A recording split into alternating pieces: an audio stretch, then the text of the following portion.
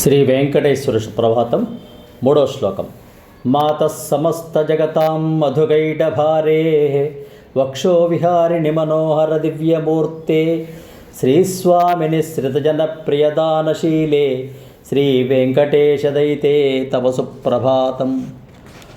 అన్ని లోకాలకు మాతృమూర్తివైన ఓ లక్ష్మీదేవి, మధుకైటభులు అనే రాక్షసులకు శత్రువైన వారిని సంహరించిన శ్రీమన్నారాయణుడి వక్షస్థలంలో విహరించేదానా,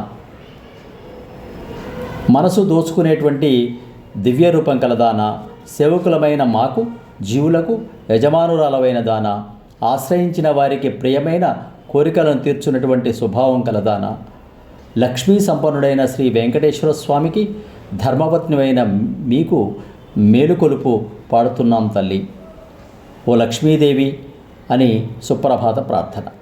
ఇక్కడ మనకు సందేహం కలగవచ్చు, వెంకటేశ్వర స్వామి సుప్రభాతంలో లక్ష్మీదేవికి మేల్కొలుపు పాడడం ఎందుకు అని. వైష్ణవ సంప్రదాయంలో అమ్మతో కూడిన స్వామిని సేవించడం ముఖ్యం. అమ్మ పురుషకారిణిగా భావిస్తాం. అమ్మ ద్వారానే అయ్యను ప్రార్థిస్తాం. మొదట అమ్మ కరుణకు పాత్రులు కావాలిగా, అందుచే ఈ ప్రార్థన. శ్లోకం మరొక్కసారి. మాతః సమస్త జగతాం మధుగైడభారే వక్షో విహారిణి మనోహర దివ్యమూర్తే శ్రీస్వామిని శ్రితజన ప్రియదానశీలే శ్రీ వెంకటేశదైతే తవ సుప్రభాతం. నాలుగవ శ్లోకం.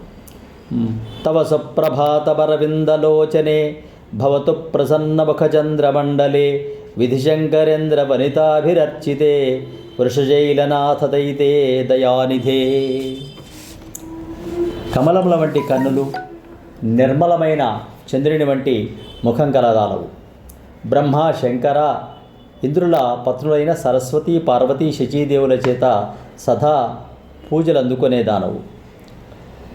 వృషశైలాధిపతి అయిన శ్రీ వెంకటేశ్వర స్వామి ధర్మపత్ని, దయాగుణనిధి అయిన ఓ లక్ష్మీదేవి, నీకు సుప్రభాతమమ్మ అని లక్ష్మీదేవికి ఈ శ్లోకంలో కూడా సుప్రభాతం పాడుతూ అనేక విశేషాలతో నిద్రలేపుతున్నారు భక్తులు.